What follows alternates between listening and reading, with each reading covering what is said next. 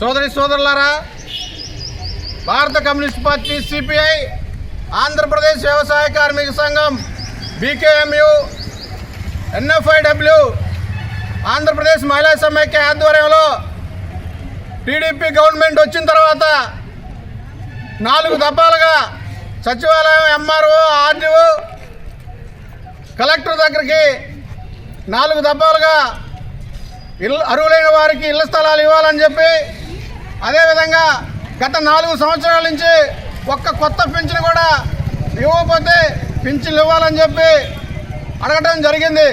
ఈరోజు భారత communist party CPI రాష్ట్ర సమితి పిలుపులో భాగంగా ప్రతి జిల్లాలో కూడా, ప్రతి మండలంలో కూడా, ప్రతి నియోజకవర్గంలో అర్హులైన వారందరూ కూడా ఇళ్ల స్థలాలు ఇవ్వమని చెప్పి అడుగుతూ ఉన్నాం.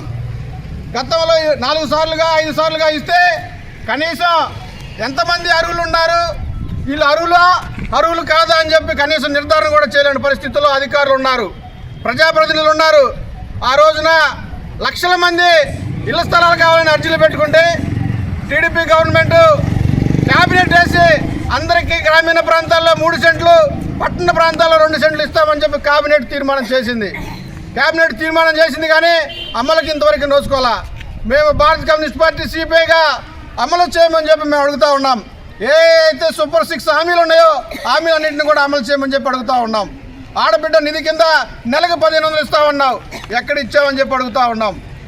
అర్హులైన వారందరికీ నువ్వే చెప్పావు, గ్రామీణ ప్రాంతాల్లో 3 సెంట్లు, పట్టణ ప్రాంతాల్లో 2 సెంట్లు ఇల్లు కట్టుకునే వాళ్ళు ఉంటే 1,80,000 ఏం సరిపోతాయి, కనీసం 4 లక్షలు ఇవ్వాలని చెప్పి ఆ రోజు నువ్వు ప్రతిపక్షంలో ఉన్నప్పుడు చెప్పావు. అధికారంలోకి వచ్చిన తర్వాత 4 లక్షలు ఎక్కడ ఇచ్చావని చెప్పి అడుగుతూ ఉన్నావు. కనీసం ఒక్క ఇల్లేనా నువ్వు కట్టించావని చెప్పి అడుగుతూ ఉన్నాం.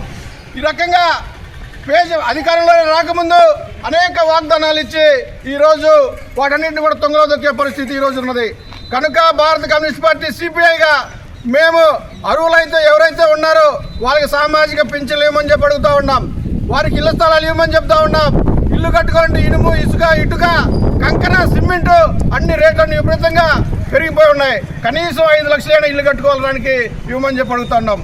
ఇల్లు కట్టుకోవడానికి ఇవ్వలేని పక్షంలో లేదా ఇంటి స్థలం ఇవ్వలేని పక్షంలో ఎవరైతే అద్దెకుంటున్నారో అద్దెకుండే వారందరికీ కూడా అద్దె గవర్నమెంటే చెల్లించాలని చెప్పి ఈ రకంగా మేము డిమాండ్ చేస్తూ ఉన్నాం. ఎందుకంటే పేదలు ఉండకూడదు ఈ రాష్ట్రంలో అని చెప్పి P4 అని చెప్పి ఒక పథకాన్ని పెట్టి P4 కింద పేదరిక నిర్మూలన చేస్తామని చెప్తా ఉన్నారు. అద్దెకి ఇళ్ళలో ఇప్పుడు కూడా అద్దెకి ఇళ్లలో ఉంటే వాళ్ళు ఏ రకంగా నువ్వు పేదరిక నిర్మూలన చేస్తామని అడుగుతూ ఉన్నాం.